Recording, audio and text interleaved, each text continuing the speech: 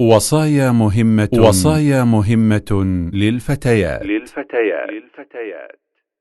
يقول الله تعالى: لا يغتب بعضكم بعضا أيحب أحدكم أن يأكل لحم أخيه ميتا فكرهتموه. كان الصديق أبو بكر والفاروق عمر وخادم لهما في سفر، فأصبح الصبح والخادم غارق في نومه، فقال أحدهما: إنه لنؤوم، فأيقظه وبعثاه إلى النبي صلى الله عليه وسلم ليأتي منه بإدام. فقال النبي صلى الله عليه وسلم للخادم: أخبرهما أنهما قد ائتدما. فعاد وأخبرهما، ففزعا وتعجبا من الرد، فقدما إلى النبي صلى الله عليه وسلم، فقال له: يا رسول الله، بأي شيء نأتدم؟ فقال عليه الصلاة والسلام: بلحم أخيكما، إني لأرى لحمه بين ثناياكما. فقال: استغفر لنا يا رسول الله. فقال صلى الله عليه وسلم: بل هو فليستغفر لكما. ومر رجلان على جنازة ماعز الأسلمي رضي الله عنه بعدما أقيم عليه حد الرجم بالحجارة لاعترافه بفاحشة الزنا أمام النبي صلى الله عليه وسلم، فقال: يا حين هذا ستر الله عليه، فلم يستر على نفسه فأهيج كما يهيج الكلب. فعلم النبي صلى الله عليه وسلم بمقالته ما هذه، ثم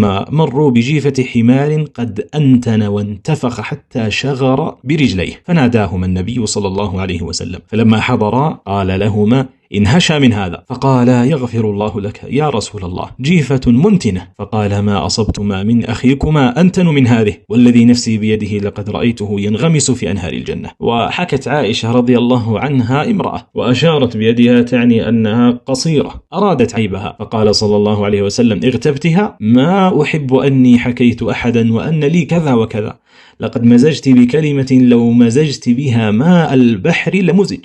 أختي الكريمة، هذا واعظ صريح وتنبيه صحيح وبيان فصيح لأمر الغيبة، وحسبنا بكتاب ربنا واعظا. أتدرون ما الغيبة؟ رسول الله صلى الله عليه وسلم يسأل أصحابه: أتدرون ما الغيبة؟ فقالوا: الله ورسوله أعلم. فقال: ذكرك أخاك بما يكره. قيل: أفرأيت إن كان في أخي ما أقول؟ فقال: إن كان فيه ما تقول فقد اغتبته، وإن لم يكن فيه ما تقول فقد بهته. والبهتان هو الظلم، فإن ذكرت أختك بما تكره أن تذكر به وهي غائبة فهي الغيبة، ولو كنت فيما ذكرتها صادقة. وأخيرا، فلتعلم المؤمنة أن رسول الله صلى الله عليه وسلم لما عرج به إلى السماء رأى قوما لهم أظفار من نحاس يخمشون وجوههم وصدورهم يعذبون، فسأل جبريل عنهم فقال له: هؤلاء الذين يأكلون لحوم الناس ويقعون في أعراضهم، نسأل الله لنا ولكم السلامة، والله أعلم.